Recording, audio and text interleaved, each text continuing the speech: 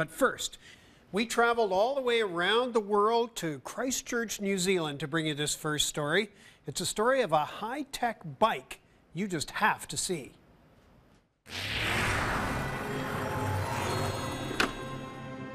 This is how Grant Ryan gets to work.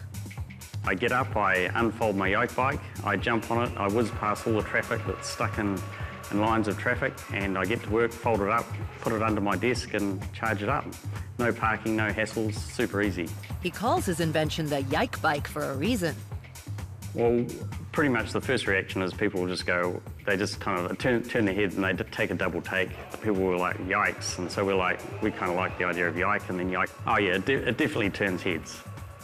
But that's okay with Ryan. He wants everyone to get a good look at it. He believes this is how we could all be getting to work one day.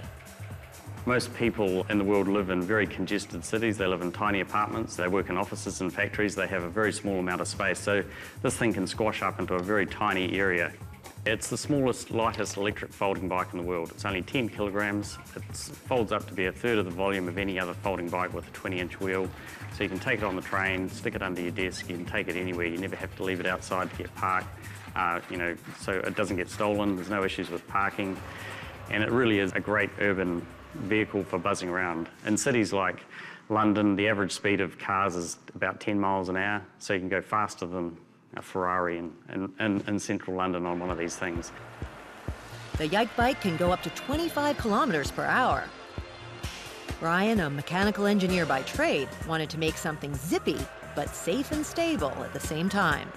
You just sit in a nice upright riding position. The reason we wanted an upright riding position is so that you can see traffic and be seen. There's nothing inherently natural about doing this on a bike. It's just what we're used to. It feels remarkably natural. You just sit up there and your hands just kind of fall down there. You've got accelerator here, brake here. It just feels nice and natural. Want to put an indicator on, just press that button. Around the corner we go. The acceleration's actually really safe because it gives you the ability to get out of the way if anything's coming. So if there's a bus coming, there's a bump. Bumps are no problem. You can wheeze in and out, you can get quite tight. In the end, you can just feels very natural. The real challenge for Ryan was making the YikeBike fold up into a small package.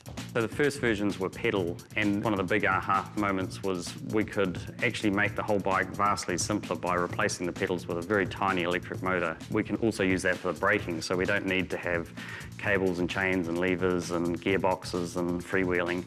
So it really makes it all a lot simpler. So we've got our motor and battery and controller, and our foot pegs are all designed to fold into this tiny little space. The back wheel is designed to slide into there. So this part here is where the handlebars fold into. This part here allows the handlebars to fold down. The little kink here in the back wheel, that's designed to go over this kink here, which has got space for the battery. So everything has got a reason to make it fold, to make it fit, to make something fold in. And so the kind of shape is actually popped out of the function of it, which is kind of cool. The shape might just remind you of another design from many years ago. We've ended up calling the whole format a mini farthing because it's like a mini penny farthing. But we didn't start off thinking we're going to design a mini farthing. As it turns out, the old design works the best. It has to be able to go up curbs, through potholes, handle city streets. So you have to have a certain size wheel to do that. And we had to make everything else as small as possible.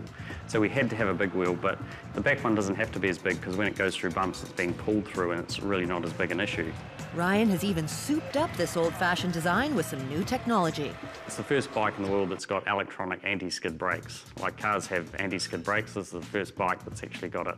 We've done tests next to a bicycle, and the bicycle wheel will just skid along and ours will just stop. And it just works so remarkably well. We can't wait to try it on ice, actually.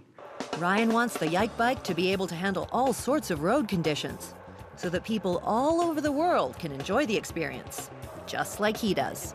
It's almost like floating down the street because you've got nothing in front of you and you can just kind of whiz around and cruise past things. And I get the biggest smile on my face is when there's teams of, a whole lot of traffic lined up and you just whiz past them. You have to try not to gloat too much, I guess.